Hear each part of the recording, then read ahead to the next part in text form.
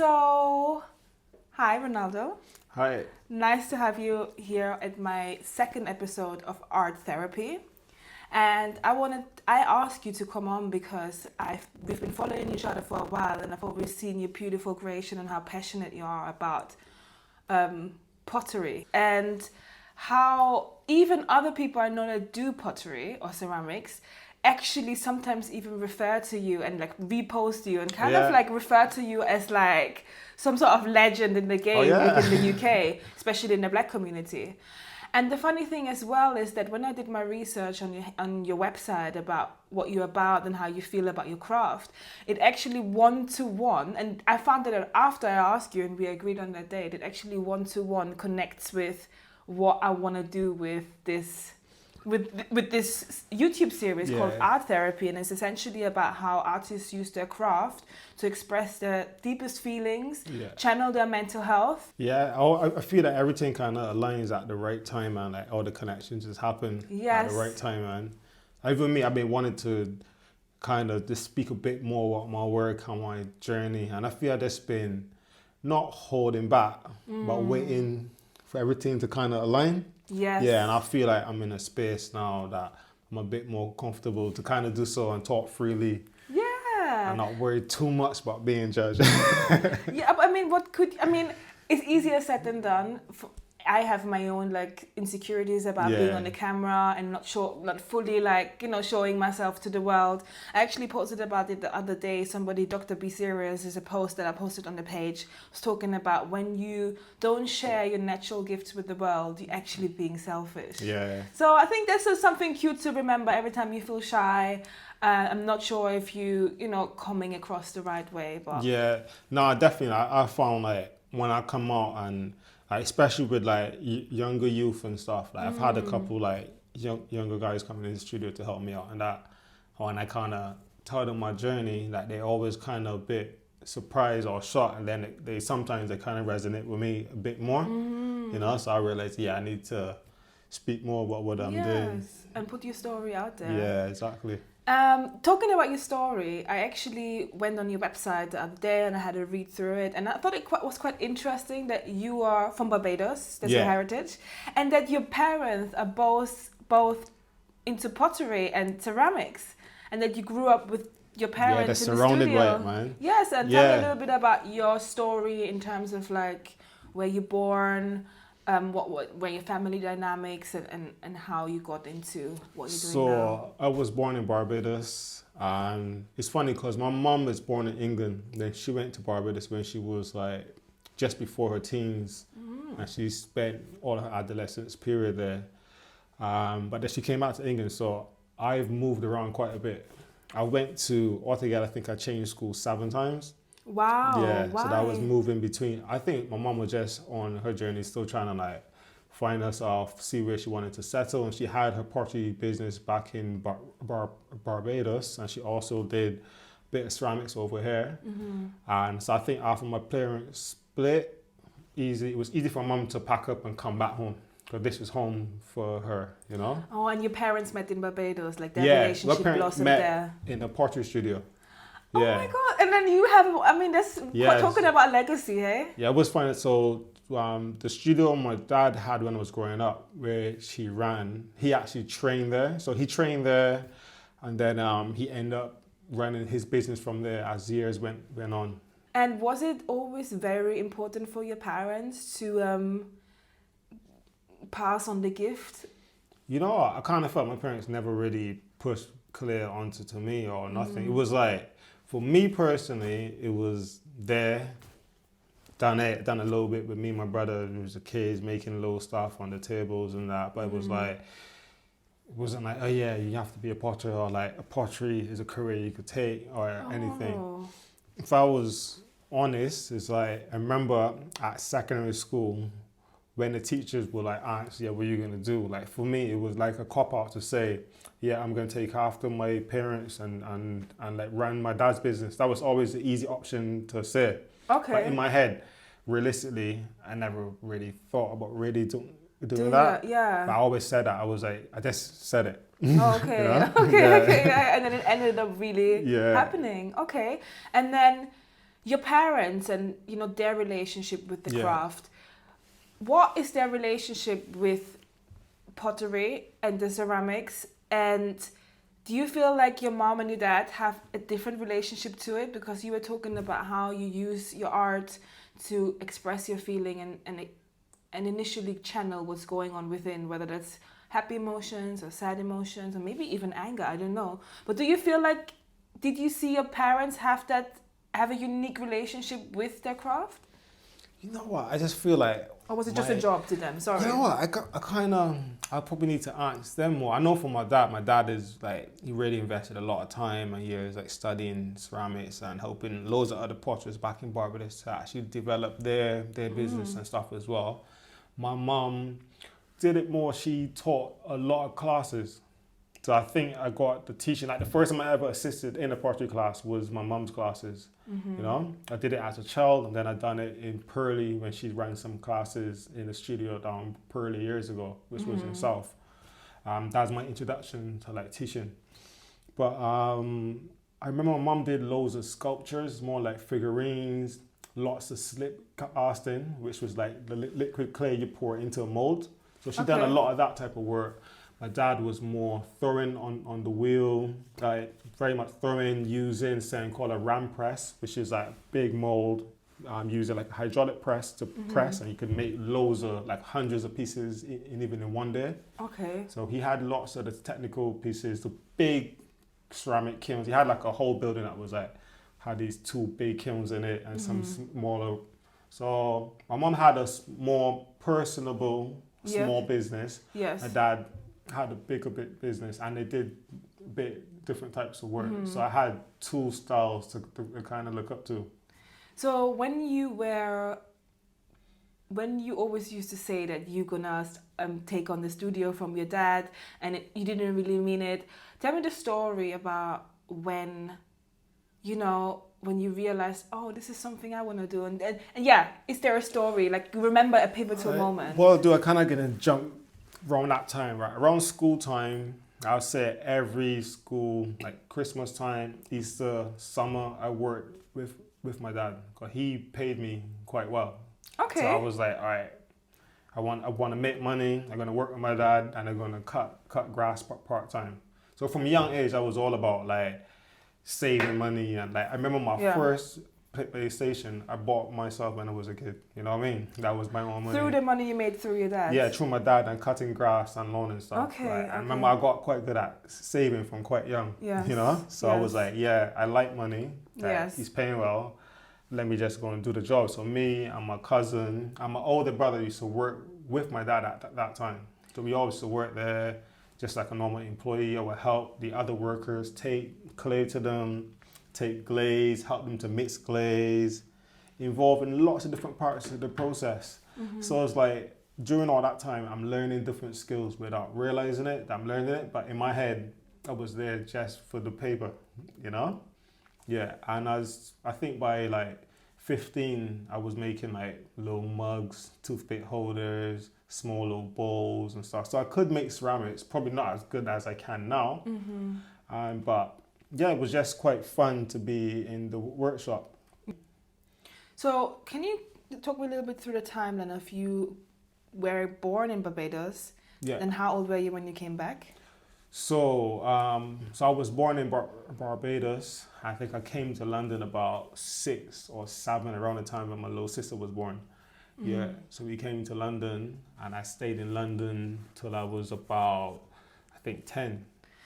So from 6 you were taken from Barbados? Yeah. Not, I mean, you came here with your mum? Yeah. And your parents were already separated? Yeah, they split. As soon as my parents split, my mum came back over here. Okay. And then how did that feel for you? I mean, Barbados is like paradise, and I also feel like you grew up in a, if not higher, middle class family. Yeah. Like you didn't live like a poor life or anything. I wouldn't say so. I'll say it's like, it was best, like I grew up in a very, I say it pretty much a kind of poor neighborhood. Did you? Oh, okay. But at the same time, we were kind of exposed to different types of living as well. So I even moved out the neighborhood at one point when I was a bit older. We lived in what used to call the Heights, which are pretty close to the gated communities. So I was Okay, exposed to yeah. all types of living. I grew up around like lots of rastas and stuff in the neighborhood.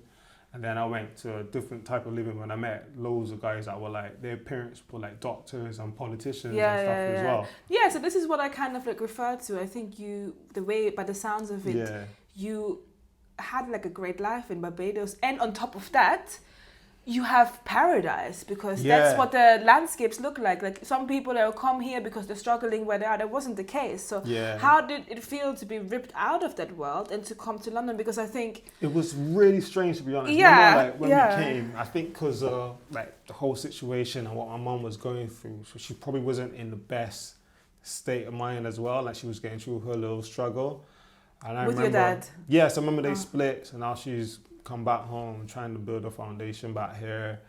And but I just remember, like, obviously all my cousins, or most of us are around the same age, and there's loads of boys. Yeah. You know, so we're all together. I think it was like maybe 5 or 6 of us, and we're all pretty close. We grew up pretty close with our grandparents and my uncle and aunts. And then coming here now to have not much family, or not really knowing the family in London like that. Yes. But we know this family that was in Brixton. We had some family that was in Kilburn as well, but not really familiar with everyone. And I definitely remember when I started school, I found school quite hard. And around that time, I remember like I started to develop a really bad stutter. So then that was a challenge at school now. So I was stuttering really badly. Kids were making fun of my accent over here, and like it just naturally happened that I had to kind of stand up for myself when kids were trying to like bully me. But I ended up getting in fights, and in that time London was a bit different. So I was in a school in Battersea. Then I don't remember all the details because I was quite young, but I remember my mum taking me back to Barbados within that year, and then a year after that I was back in England again. So why did you so when you were in school in so let's start with the stutter. Do you have an idea how that came? I don't remember. I just like so strange. I always remember like just around that kind of age coming to England. That's when I started. Maybe it was there when I was younger, but because it was so young, you know, normally kids might trip up on their words. That it might not really been that big, you know? Yeah. So maybe, but I know my family, my dad had quite a bad stutter. Yes. And he learned to control it. And my sister, she's kind of similar to me. Like, I still have a stutter. I still trip up my words. Sometimes I have to like, it makes me a bit of an overthinker. But then I have to think about what words that I can use. I know some words, they're definitely going to cause me to actually stutter. Other words don't. But then I might have to change the way I might want to speak to someone and use this word instead of that. You know, it was. You have to process things in your mind. That's how I started to learn to control it a bit. That's interesting. Actually, I spoke to my dad the other day, and then he was talking about my granddad or a grandma, great grandma, and saying that, you know, that she had a stutter, and that because my dad has one and I have it a little bit as well, but I don't have it like generally, but when I get really passionate or like when I feel certain emotions and I want to talk, then it happens. Yeah, it's like the body just controls it and it just happens. Yes, it's really interesting. I wonder what the emotional trigger it is. And sometimes it can be like maybe a sign of like, you know, processing emotions. Yeah. And then emotions get into thoughts, and then thoughts get into words, and there's so many things that maybe don't connect. And the body and mind is so powerful, and we're all like as one. That I believe it's so deep, man. So it could be like various different reasons as well, you know. So that's something that I've met loads of people in London that have a stutter as well, and like I can always tell when someone might have a stutter, but they're doing well at control it. So no one else knows. And I'll really ask them, like, you actually have a stutter, don't you? They'll be like, yeah, how do you know? I was like, the way how you breathe when you speak, you know what I mean? So I could tell that, you know, the breathing technique that you're using and stuff like that. Yeah. So how did you condition yourself out of that? I mean, as I got older, I think just probably talking a bit slower. And I used to find when I used to speak fully in my Bajan accent even more, is that it used to be a bit stronger. So when I started to really try to speak a bit more properly and stuff, I realized my words flow better, you know? Okay. Yeah. Interest, I mean, properly is relative, I guess. Well, you know, but this is what we say, yeah, you know? Yeah. We do say that. That's Yeah. true in the community.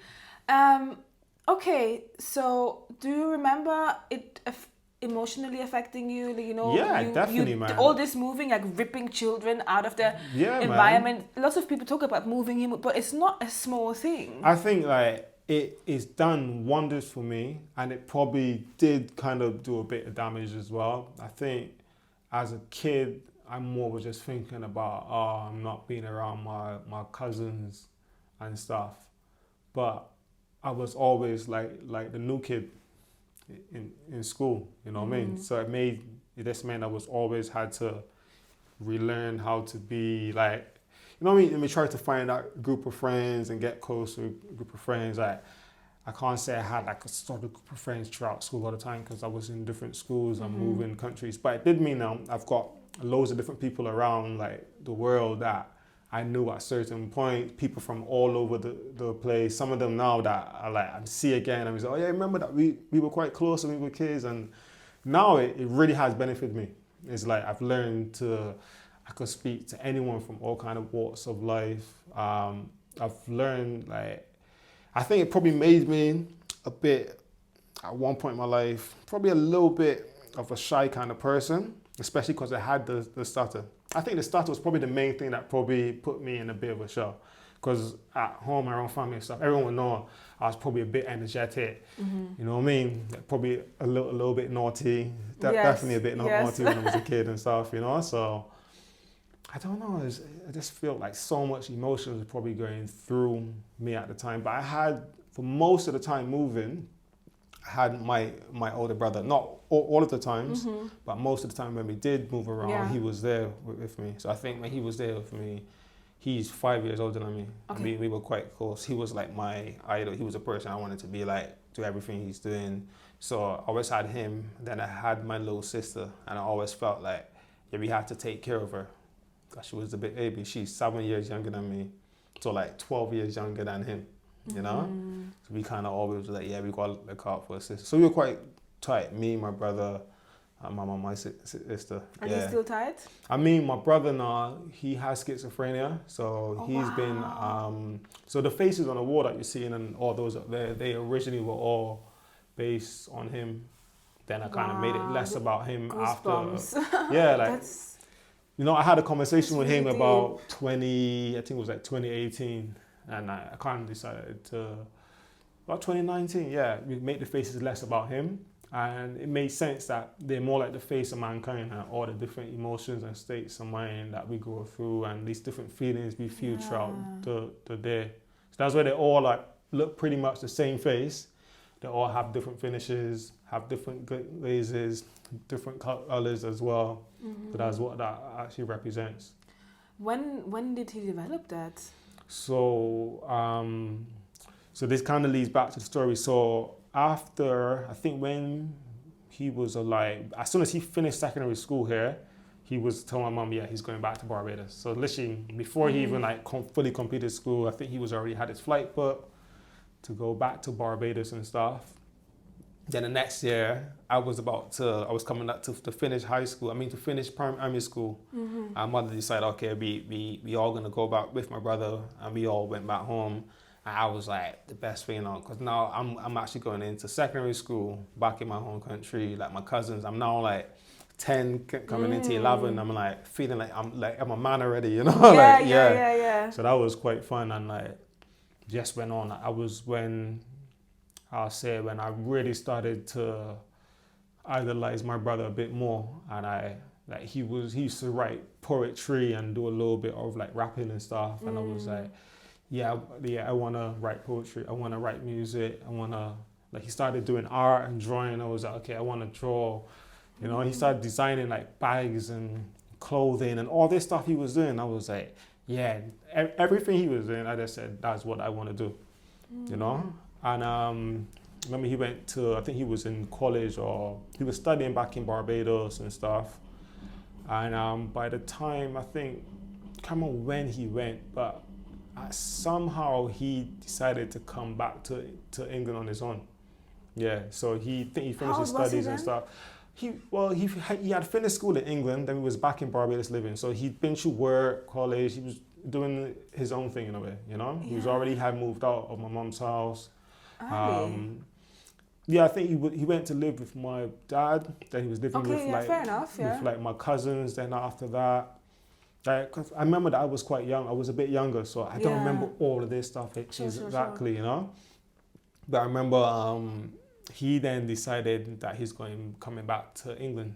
So he came back to England on his own and stuff. And yeah, he was like working out here for a few years doing his thing. What did he work as? I don't remember, you know. I know just all I know is like at that point in time I'm focusing on school. Yes. He calls every once in a while. And my mum was always moaning like he doesn't call, you know what I mean? Yes, He's just in yes, London yes. living. And remember like after like 4 years or whatever in England, I'm now coming up to the end of secondary school now. So now I was like 16. I think we're like 16, 17, around that age. I was doing like one of my last exams at school or something. Then we just got a call. I just was heard that he's in a psychiatric hospital. Wow. Don't know what happened. We don't know anything. All we know that we went like a few months and we didn't hear him. I remember that my mum was moaning, saying, oh yeah, that he's not answering the phone, that he hasn't been calling, she doesn't know. But he was always a bit distant because he's free now, you know what I mean? And back then the whole cell phone thing it wasn't like how it is now, you know? Yeah. So it was like, I always remember when he first went, he probably just felt like, yeah, he's a man, he's free, he doesn't need to hear. Was there issues with your mom that he felt like, that he felt like she had to break loose? You know what, I think it's like just Barbados is like, she went and lived with my dad now. Then he left my dad. It's like, I don't know, because I was like that. After I left Barbados and I came out here, I did the same thing. Quite independent. It's just like freedom. Freedom. I think in Barbados is a lot of my friends, some of them are quite close with their parents, but I know a lot of them kind of just left home for quite long, went to get a job, done your own thing. I remember like towards the end of school, I was like buying some of my own school clothes, my own books and stuff. By choice, I was just telling my mother, yeah, don't worry about me, I'm fine. Like obviously, I had my little sister. I was like, don't worry about me, I'm fine. And I had money saved and stuff, so I was like, you don't need to worry about me. You know what I mean? So I was like, you know, she still try and be doing everything. I would be like, I just take the money and just save it as well. Like So I think we were just like that. You wanted to be independent. I think look after the people like, around you. I think it's like that. A lot of people I know we grew up like we all were kind of like that. Everyone's quite independent from young. We had jobs. You know what I mean? Like trying to take care of the family and do your own thing. So it was strange to me when I was seeing, like, even for me when I came in England at like 19 and I had my own flat living in and stuff, and I'm seeing like kids still that the parents are like, oh, these guys are like babies and mothers doing washing for them. Like my mother went and wash clothes for me from like 14. Like I'm doing everything for myself at that age. You know what I mean? I got my bank account. But there's a lot of independence because people in the UK often still now in the 35 with the 35 years 36 live with their parents. Yeah. And it which makes is normal, a which lot is of good as well. Exactly. It's not bad, but it's interesting that. But I just think like for me, like, as I said, like in my head, I thought that at 11, I thought that I was a man. You know? Interesting. In my head, I was like, okay, I've already done part-time little jobs, cut little grass here. I work with like this one company that my cousin had doing landscaping. I work with them as well, and I'm working with like my dad.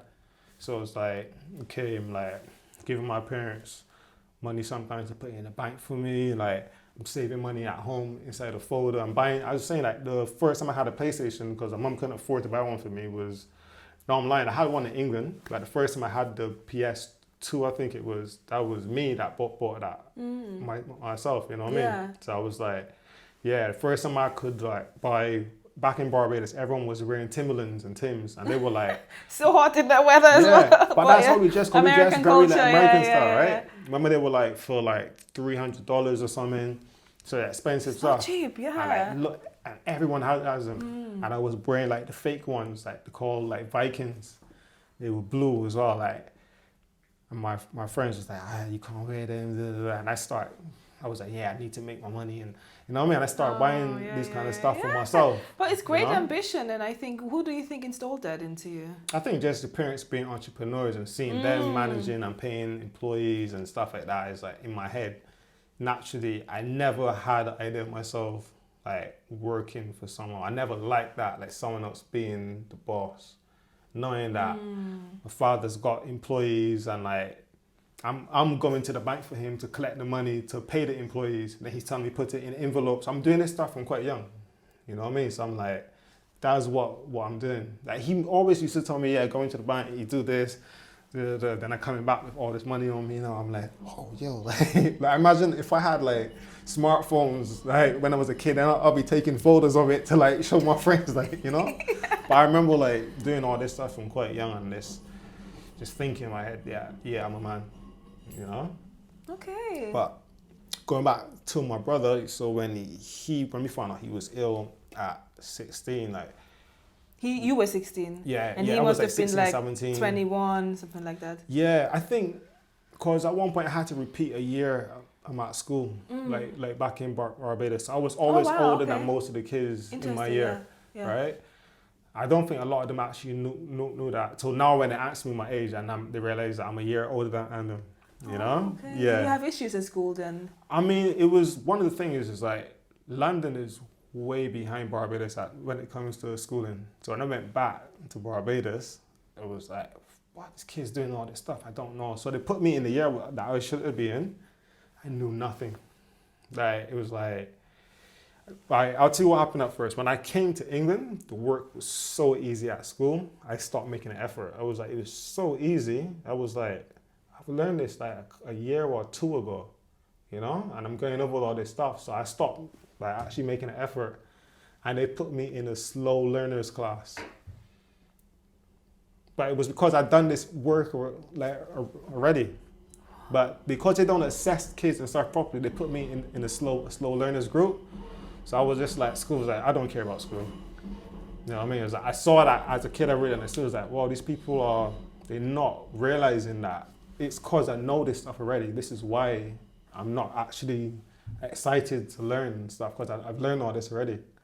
That's crazy, and it happens a lot. Like, you know, in even in African countries and Caribbean countries, I heard that many times that the curriculum is actually much more difficult and more, you know, and obviously because discipline is such a big part of black countries and how we, you know, maneuver with children or treat children, not treat, but like, you know, how we work with kids is discipline, and kids are more obedient, they listen more. I think he is like so free, do what you want, what you feel like. That was one thing. Remember like when I came here, I'm like seeing kids screaming in assembly. I'm like, wow, they could actually scream like that and nothing happened to them. Remember kids saying to the teachers like, leave me alone, I'm getting mad and stuff. I was like, in Barbados, you could never act like this here. Yeah. You know what I mean? So it was a culture shock to see how kids had all this freedom out here and they were like really misbehave and they had all this freedom to just do what they want. Yeah. I wasn't used to seeing it. I was like, no, if you act crazy at school, straight away, you're like outside. The principal in those days, then the teachers will hit you with a cane as well.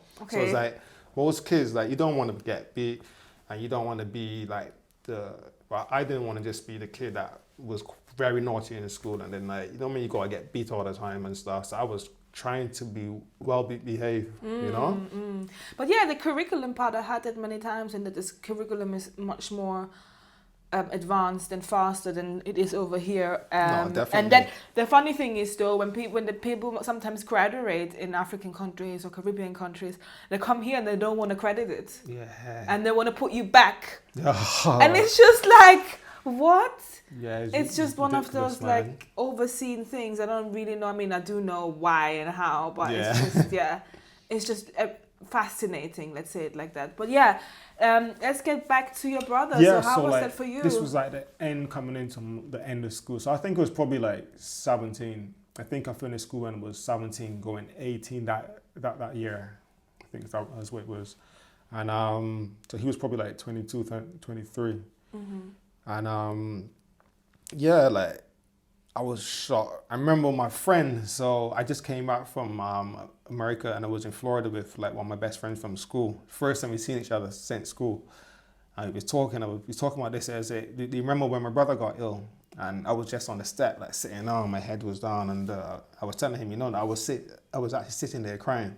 And then when they came, I kind of just wiped it all off and just told them what it was. But I was literally in tears at school. I was just angry, was wondering what's going on, like what happened, not understanding, Because you also didn't know you just had a phone call that your brother got ill. Yeah. Have you seen him again at that point? I didn't see him for years. So you just heard, your brother is ill and he's in a mental hospital. Yeah, so that's all you knew. That's all I knew. So this was like probably the next day or even the same morning I found out. I don't remember the details. All I know is that I had an exam, and I decided like I'm not even going to it. This was like my final year. So it's your hero. It was your hero. Yeah. So it's like a fallen hero for you. It's like you don't really know any. Did you even understand what schizophrenia is at this point? At that point in time, I didn't even know we didn't know nothing. We just knew he was in a psychiatric hospital. So my mum actually just got a flight, came to London. Okay, she did, yeah. And stuff. Somewhere down the line, I don't know what.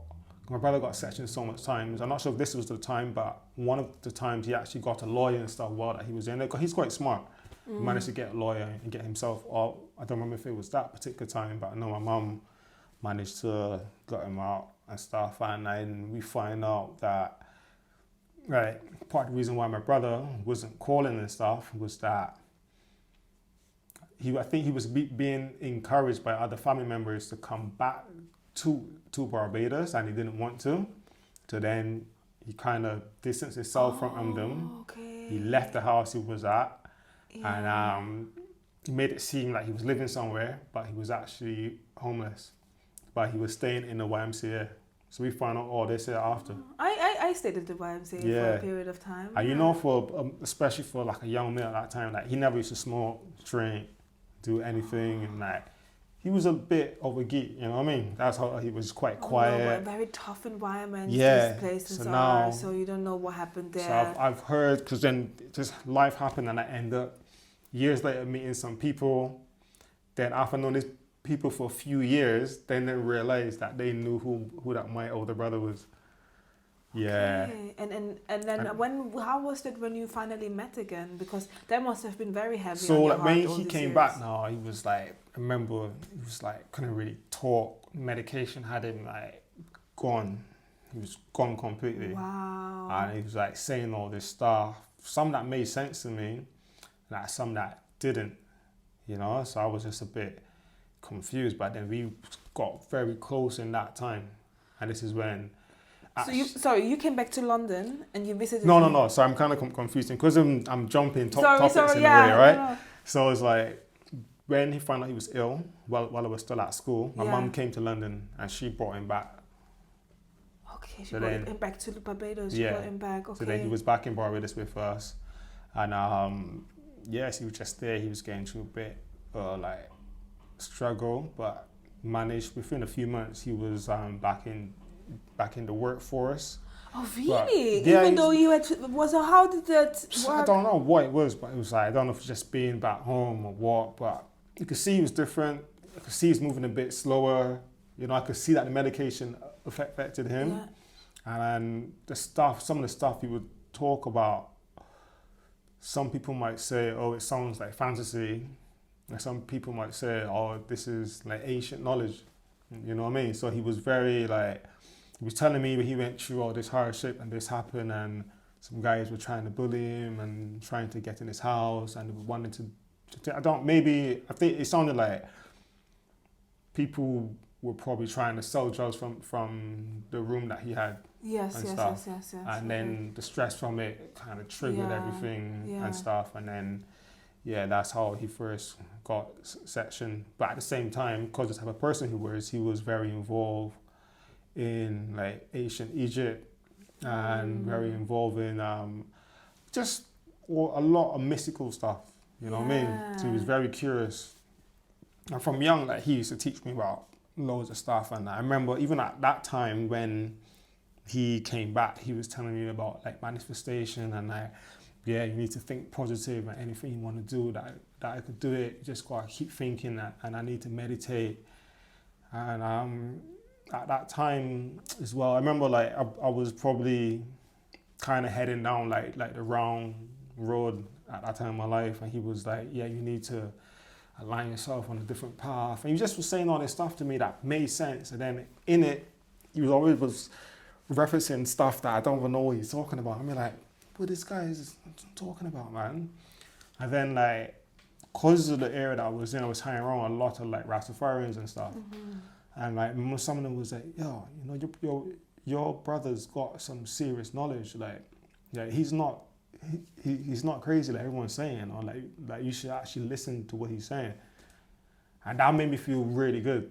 I was like, yeah, so the stuff he's saying, I was like, the stuff he's saying does make sense, but as time go by, like I don't know what it was like, you could see something still wasn't right there.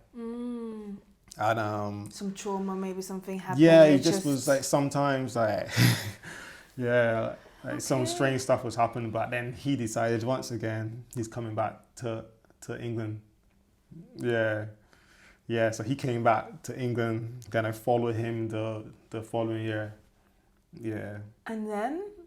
Yeah, he came back to England, like, I just think he's in his element now, and he's living as he wants, and like mixing up with he's just showing love to everybody. So it's like, I wouldn't say he was he was definitely doing damage to himself, but I wouldn't say it was with a bad crowd. It was just some of the people weren't probably the best type of people for him to be around. It was like probably taking all sorts of different drugs and stuff. Oh no! Because what thing you can do when you already have a mental. Yeah, because he always dressed quite gothic and stuff. That was his style, and like it's weird. So the designs he done when he was at school, and like the bags and stuff he used to make, and the clothing and stuff was always a bit weird. He was like, no one would ever wear this stuff, and he used to wear like garden boots with like really, really baggy trousers, and no one wear this stuff. Now you look at the stuff that Kanye is doing and stuff. I remember me and one of my cousins spoke about it. He was like,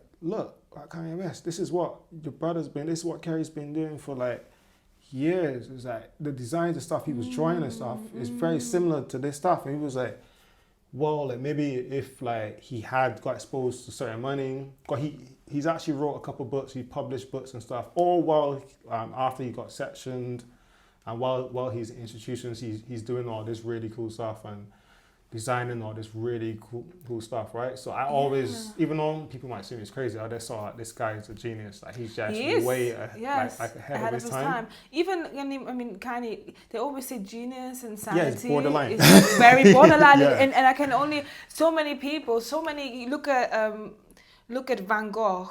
Who cut off an ear, and you know, even they say like even the way Einstein looked, the moments he went through, and Kanye, and so many people. Brain gotta be literally on that thing, but I guess sometimes stress could then trigger something that makes you go a bit too extreme. It's an extreme thing, so you go from one extreme into the other. Yeah. Wow, and it must have been so a difficult journey for you, looking up at your brother so much and having this like love for him. And it made me, I'll say one thing, when I came to England, because what happened before the year when he came, just a few months after, I came after just to buy some clothes and stuff. I was just getting back to Barbados and sell. So that year was just kind of like coming, buying some hats, shirts, this and that, going back home, selling this, making a bit of cash and coming back. And the last time I said that I'm going to come for 6 months. So I came for 6 months. That turned into 3 years. Yeah. And that's how I ended up going to college out here, then applying for like university. And you know what I mean? Like, I thought I was living this life. I was going to be living life in Barbados, and probably my plan was to go and buy like a really nice car. At that time, I was just trying to get money to buy a nice car, sort myself out, and I ended up staying here for 3 years. And like, I remember like I was just thinking like being here, I was like, yo, I don't feel the same. It's like, I don't, like, for instance, I walked down the road in it was different from when I was a kid. When I was a kid that was here, now I'm an adult. I walked down the road when I'm back in Barbados. I know everyone. Everyone was like, yo, no, I don't do it. Speaking to like strangers, having big conversation. City life was calling you. You know what I mean? Like now that I'm here, it's like, no one's speaking. I come up to the bus stop like, yo, like, no one speaks. I'm like, yo, so that was the first shock now, you know what I mean? I'm like, oh my God, yeah, no one really speaks to each other. It's like, and because I was always more, I think, from probably like being like that new kid at school all the time, I'm not always out going and going to speak to people, so I always chill back, and I always have my circle of friends back in Barbados, because it's a small place, you know? So I always have my little crew of friends I was with. Here now, it's like, I was finding it difficult to connect with people. And it was another thing was like, probably a lot of my friends in Barbados, really good guys, but definitely I know we was getting on the wrong road, doing probably some of the wrong stuff. So here now, I'm like trying to go university now. So in my head, I'm like, at the same time, I was like, okay, I'm gonna live a totally different life here. I'm not gonna get involved in certain stuff. I'm not gonna do all this stuff. And like, it's like, I feel like I don't fit in anywhere. I was like, okay, I dress this way so people think that I'm a certain type of person, but I don't fit in with this group, I don't fit in with that group. So I spent a lot of time just alone, just trying to like, literally that was when I never was deep into like reading or like, you know what I mean? But stuff like that. Then I started to read a little bit more. What did you read about? Just like Rastafari a lot, Okay. actually, yeah, like culture and stuff. And then I really started to get into music, like really listening to music, like trying to understand lyrics and understand what the artist is trying to say, like trying to read double meanings behind lyrics and stuff, you know what I mean? So that was my thing. So you went out of uni, so when did the journey start here with the pottery? So it's, I'll say, in 2010, I think I finished college and I went into university. But I always had some joint issues as a kid. So it's always like going physiotherapy and getting through a bit of pains and stuff. And my knees started to act up. So obviously the cold isn't the best place if you've got joint issues. And I remember missing some classes, and then the uni not accepting like the mitigating circumstances I applied for, which I always found strange at that time, but I was like, I don't want to upset, all right, fine. And I decided to just take a gap year, because I knew that I will fail anyway, because they didn't accept it, even though I had valid reasons. Yeah, and so I went back to Barbados. As I said, at that time, my brother was ill. I was having all these thoughts. I was starting to think like, wow, so I was learning about his illness now. I'm saying, okay, this could run in the family. I was like, is this gonna happen to me? I never even told my parents what this said, but I started really becoming really paranoid, thinking like, oh, this could happen to me, and really thinking that, yeah, I need to make sure this don't happen to me. Like, and literally that was all taking a big toll on me, you know? So I went back home, spent like a year back home. Wow, you like dibble and dabble between here and Barbados. Yeah, and I think that's beautiful. Yeah. To have that privilege. But just life started to happen, because I went back to uni now, just after the gap year, and then had some problems with my shoulder, my arm, the joint stuff was happening again, and my brother had got a section again, all at once, right? So now I'm applying for circumstances for them to give me extensions, and they're saying no. So I got angry and I asked for... what extensions? Like for the submissions, for the work at uni. Because I was missing so much university.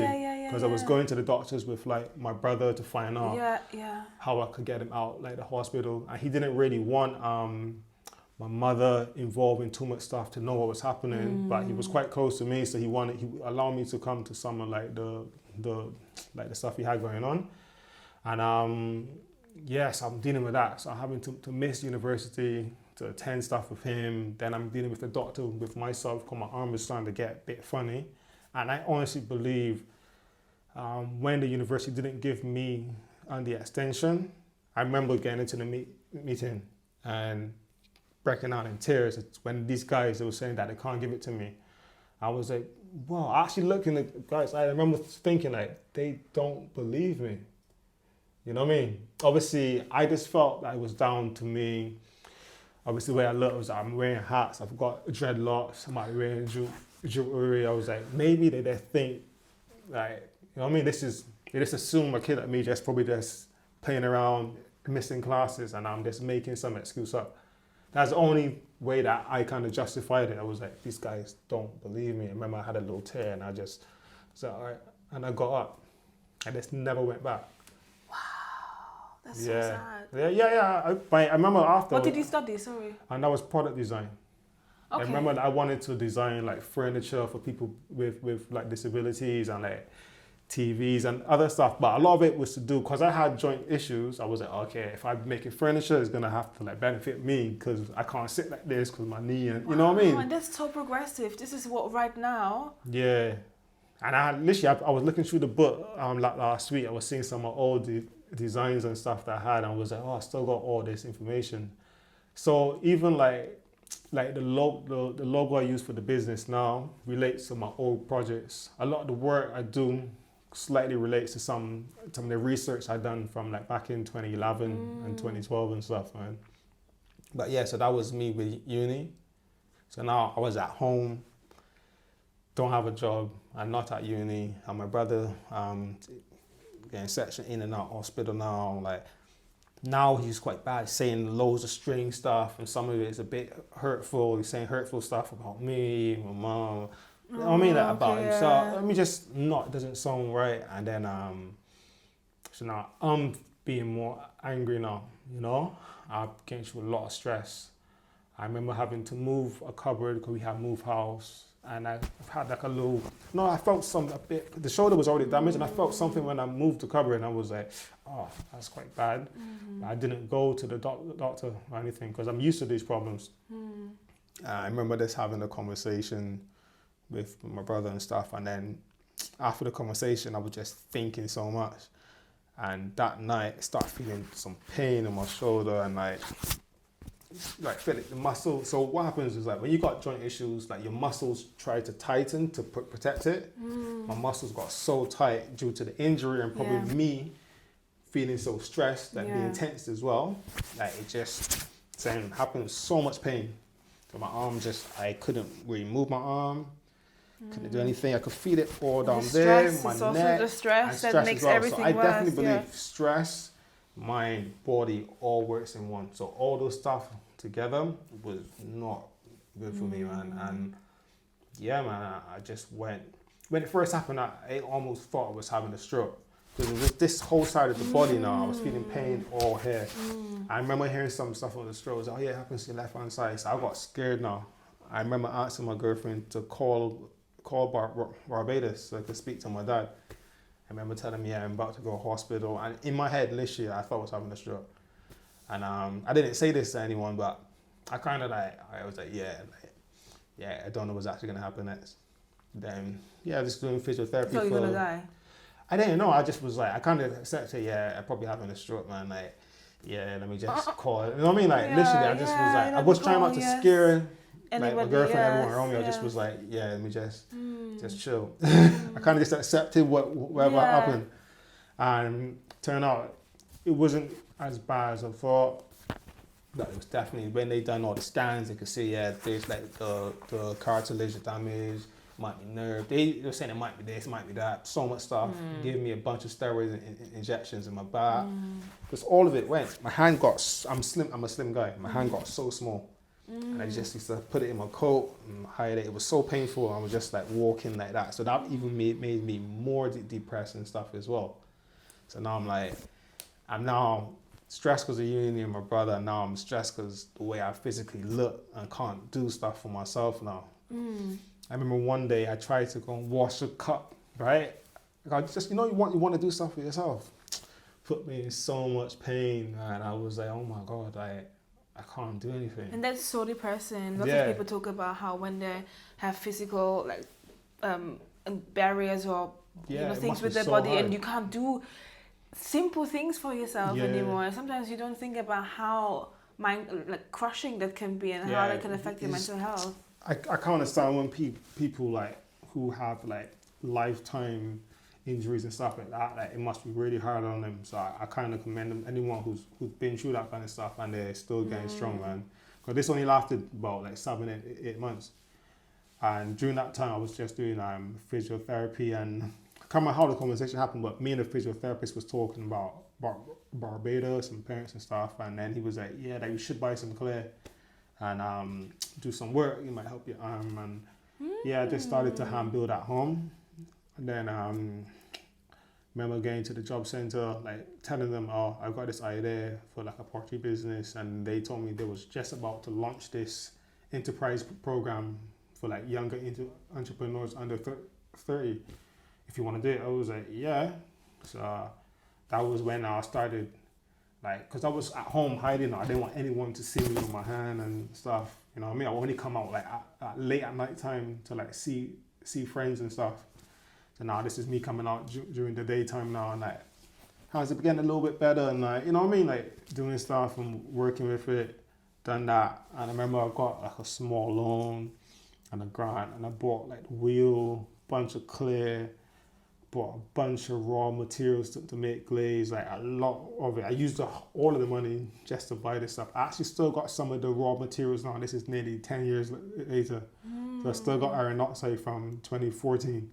Okay. Right? Because I just bought loads of it. I just was like, let me use all this money and to it get lasts stuff. you that long? Yeah. Oh, wow. Yeah, man. And yeah, I set up at home. Managed to sell some of my bisware. I had a lady that had a kiln, and she had like one of these potteries where you go and paint. Mm-hmm. So I said to her, okay, I can make some stuff, and you could fire them, and then when the kids and the people come in to paint, this is the stuff that you could have for them to paint on. She was like, yeah, let's do it. So straight away, I had a little bit of income coming in from that, and then I found out that my girlfriend was pregnant. Had to turn the room into the baby room, and the business had to stop for like no! I was just years. like, No, that was it. Like I didn't have to stop. Okay. I moved up to northwest London and didn't have anywhere to work for like nearly two years, till my father-in-law let me use the spare room to get started. So you didn't work at all on the pottery? Yeah, so it's like I couldn't do any pottery. They didn't have anywhere to put it. Everything was in storage. Okay. You know? So you're doing everything from home? So I was doing it from my father's-in-law. So after like a year and a bit, me and him got quite close for a bit. You know what I mean? He was like, yeah, use this room to get started. You know? So then I done that. What were you working in between while you... So at that point in time, like, I think I went into boots. So I was working in boots. Okay, So jobs like that, yeah. Working in boots, and then I remember after work, I would then go straight to his house because I was in North. I would go there, go and do a little bit of pottery. Then after a few months, I started doing like craft markets and stuff. And I done Hampstead. I think it was a market at Hampstead Church. I think it was. And then from that, I met someone from Hampstead School of Art. Taught there. I met a guy called Chris Bramble, and he started frying my work. So even though I was by my father-in-law's house, I didn't have a kiln, which is like the oven to fire. So I could make stuff, but I couldn't finish them. I had all this work I was like halfway through. So I met another black potter called Chris Bramble, and I told him like, yeah, we're doing a journey, and he kind of really helped me. He kind of mentored me how to like position myself to start to really teach properly, how I should try to present my work. We had lots more conversation just about life and stuff as well, you know, and that kind of put me on a different path and a more positive path. And I remember when he was leaving his job at the college, he had asked me to come and do some demonstrations for the college and stuff. And then that same college, which was called Kensington and Chelsea, then I ended up starting to teach there. Yeah, and you still teach there now? Yeah, so now we actually call Morley College because we merged with Morley, so I'm still there now. Yes. Yeah, man. So that's been, What it hasn't journey. been an easy journey. No. There's been so much ups and downs, and even in between everything, it was like so much stuff happened in my personal life as well, and then in business. There's so much times when I felt like, okay, I'm gonna have to stop now because I'm not making enough money to like sustain it. And stuff, you know, and it's just been fun for me to sit back sometimes and watch my own journey and look at like certain photographs. Sometimes I go through like my old laptop and look at stuff. I was like, yeah, I can remember this there. Like that was so tough. Remember that I didn't have money for the cab to go to the show. Yeah, you know what I mean? Like thinking like, like it was tough, man. Yeah, but you pushed through, and now I mean, so many people in the creative industry, especially in the ceramics, looking up to you, and you were on Channel 4. Tell me a bit about that. How did you get to be... What was the show called again? It was called The Great Pottery Throwdown. Yes, on Channel 4. So tell me a bit about that and how that came about. Feels like a lifetime ago. That was in 2020. And we filmed 2019, yeah.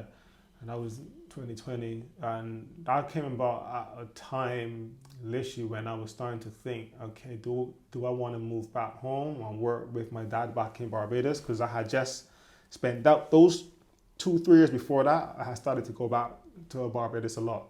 I started to learn a bit more about the pottery. Now this is like my first proper lessons now, you know? Because I kind of picked up a lot of this just by watching like the workers. So now my father's really teaching me, saying, okay, you shouldn't finish it like this. You should make the form a bit taller here, or trying to get me to understand the material more, understand glazing. I was really picking up a lot of knowledge, and I felt like, yeah, like I want to work with him more. Like he has a lot of the skills which loads of people were saying you need to go uni to learn and this. I was like, my father knows all this stuff. You know what I mean? So I was like, yeah, I think I want to take a break, and I want to go to Barbados and spend a bit of time. The only thing that was kind of holding me back is that I had just one daughter at the time. Now I've got 2. That was the only thing that was kind of holding me back. And then I got the opportunity to be on the show. I know it was in Barbados, so I had to come back to finish all the interviews and do all that bit. So it was like I had to shorten like the time I had out there. With your dad, Yeah, which I was kind of annoyed about. I was like, all right, it's going to be for like a good cause, you know? Yeah. Yeah. And I'm sure that they paid, or? I mean, yeah, I'm not even supposed to talk about some of the stuff about how it works. Yeah, it's just strange. Right. So how was your relationship to your dad this whole time? Because now you talk about your mom, and then you moved here with your mom, and obviously your mom went through certain things, breaking up with your dad, and you kind of felt her feelings, I guess. I think we always carry the pain of our moms in our hearts somehow. So what was your relationship to your dad through that whole time? And also, what was the role when your brother get ill? So how does that... Yeah, so when I was younger, when we first got ill, my brother went straight to live with my dad back in Barbados. Well, he went to my mum for a bit, and then he went straight to live with my dad. But I just think as young men, you always think like the father, like you're gonna, you know what I mean? Like it's much easier. Because I think my mum was probably more strict. Now my dad's very strict, very serious guy. But I think my mum was more definitely... My dad treated us like men. He never told me, don't do that. He'd be like, well, if you do that, obviously you need to understand that you're going to have certain like consequences. And this might, you know, he speaks to you. Yeah. My mum was different. My mum was like, you know, you shouldn't, like, my mum was shouting, like, you know what I mean? Like, don't do that, don't, you know? More emotional. Yeah, like, you see, like, not that my father didn't care, he just had a whole different approach to her. So I think that's why we always, like, ran to my dad, didn't it? Because we felt it was an escape. And he had more solutions, maybe? Yeah, I think he helped a bit. I think for me, as a male, like, I probably made some right decisions because I felt it was like, he's giving me the freedom to do whatever that I want now, right? If I do that, I know that's going to disappoint everyone. Like, oh, let me maybe try to make a wiser choice. Or maybe let me try to hide it better. You know what I mean? Like, literally, I'm being honest. I was like, I don't want to bring shame to the family. So I was always thinking about my mother and my dad and like them. And when you came back to basically, you know, you came kind of full circle because you went away, you trying all these different avenues of like expressing your creativity and kind of make a living of it with the music and, you know, the writing and the videos. And then, you know, I always feel like we always come with like a purpose in this life. Yeah. And that when we come off that path, life will sometimes throw challenges at you. Yeah, and that can be also like physical things, and how your physical pain and condition kind of pointed you in a direction of pottery, which is kind of like coming full circle of where you started as a child. That's how your parents even met, and then, you know, and then coming full circles back at that, and that being initially what I would kind of say, is like right? a level of self-actualization, or? I'll say like something that I really thought about when all that happened and I started working with clay. I had this vision in my head. I was like, yeah, this is God telling me that I'm using my hand to do all the wrong things. You know what I mean? He's saying that this is what you should be doing. Because I do remember at that point in time, it was like I had some friends that were going prison, like yes, in and out of prison every minute. And I used to hang out with some of them. Like I had one particular guy, like he was like the nicest guy that I met. Like he didn't want me to do anything wrong, but he would give me money every day. You know what I mean? Because he knew that at that time, like university, I'm not getting much money, but he was always be like, yeah, when you go into the studio and go and write some music, you know what I mean? When you go and do this? But then he was in and out of jail.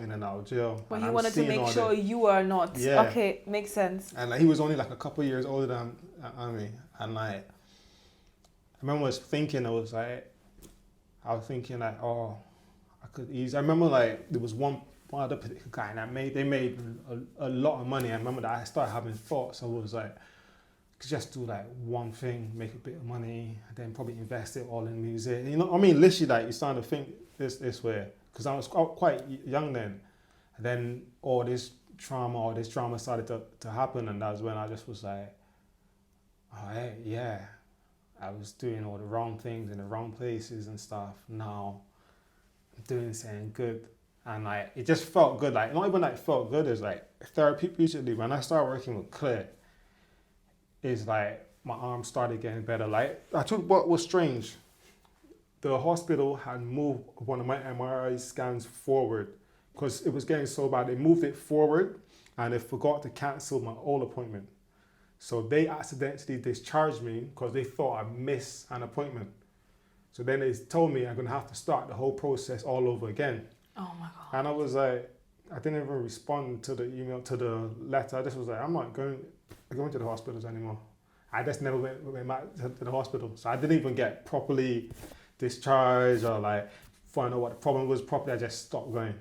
I just did pottery at home, built up the business in our time, and that felt so good. And that healed your condition. I mean, it's still here. Like even now, I always have some kind of discomfort. See trains and like if you feel the jiggling and all that, it feels discomfort. But I've become so used to it, it doesn't bother me as much, and it's not as painful. Like, it's nowhere as near as painful as it was. Yeah. You know. Yeah. So I'll say during like the winter months, that's when I feel it a bit more. As soon as my knees are a bit more sore and stuff. So you must feel much better when you're in Barbados, or? Yeah, when in Barbados, still feel it a bit there then, which is funny because where we live is in the countryside and it rains almost every day. So it's kind of a bit humid, a bit of humidity around. So I do feel it a little bit, but just being in the sun around family and like everyone I grew up around just makes everything feel much better. So I believe like sometimes it's mind over matter. I think with me and in my case, it's like mentally I was much stronger. So when I was in England and I started working with Claire, my mind wasn't thinking about all this there. So I wasn't feeling that pain as much, you know? I remember I used to always wear bands and put all this stuff. I stopped doing all that stuff for like 10 years plus now. You know what I mean? Which is so strange. I lived my whole life wrapping up my knees and doing all that, and now I don't do it. How comes? It's just, I think mentally, like doing the things that I love now and stuff, my body's become much stronger. That's what I think, you know? That's why I think if you're in a better place mentally, and you're like going through the right type of therapy or art therapy, whatever type of therapy it is, it might make other aspects of your health or other health issues that you got might help to heal that. I'm just thinking of it like me personally, and why I wanted to start this series is that it's a mental health thing for me because I've struggled with like some mental health issues. Yeah. And that I know that as long as I keep creating, I'm literally self-medicating. Yeah. So it's interesting, but it's easy to say when all the problems you have is like mental pain. Yeah. I'm not trying to say that I think physical pain is worse than mental pain. I think mental pain could just be as bad too for some people. Yeah, for some people, but in my life, I can only say that my mental pain that I've gone through, if I had like a broken leg, I think, because the mental one you can unthink or you can condition yourself, but I feel like you less in control of the physical pain. But your story, it feels like that was really connected, like right straight line connected between, you know, you finding joy and a way to channel what's going on within through ceramics, through making things with clay and pottery, and how that kind of channeled through your body into your art and healed you, essentially. Do you feel like that? I kind of feel it definitely did play like a huge part, man. Like, I think even before this happened, I definitely had, because of the way my brother, the stuff he taught me about when I was younger as well. So it's like meditation and all of this other stuff. It does heal us, you know what I mean? So there's other aspects that heal us when it comes to sickness and stuff, you know? Yeah, so I kind of was a believer of that. Thank you so much. Do you want to also do like a little call to action, a little bit about what people should check out, what you got coming, and what would you like the listeners to kind of so definitely I would like people to definitely look out for the Sip and Pot events. It's not just an excuse to actually get drunk. It's like come meet people from all types of walks of life. So I find like I get people from all types of age group all coming here, mingling, mixing together. I've got my tasters classes. Sometimes it's me teaching. Sometimes it's my assistant Ronnie. Sometimes it's Princess. You got like a whole team of like ceramicists in here, and they are all amazing ceramicists as well. What else you got going on? Just even like my studio membership. So if you work with clay already and you want to work independently, then I do a monthly membership. You could book. You get 18 hours a week in the studio free. You could come in and work. I'm also going to be organizing another type of membership, which is going to be available pretty soon, I hope. Yeah, which means that you don't have to pay for the whole month, but you could book small slots and come into the studio maybe during the evening times and stuff.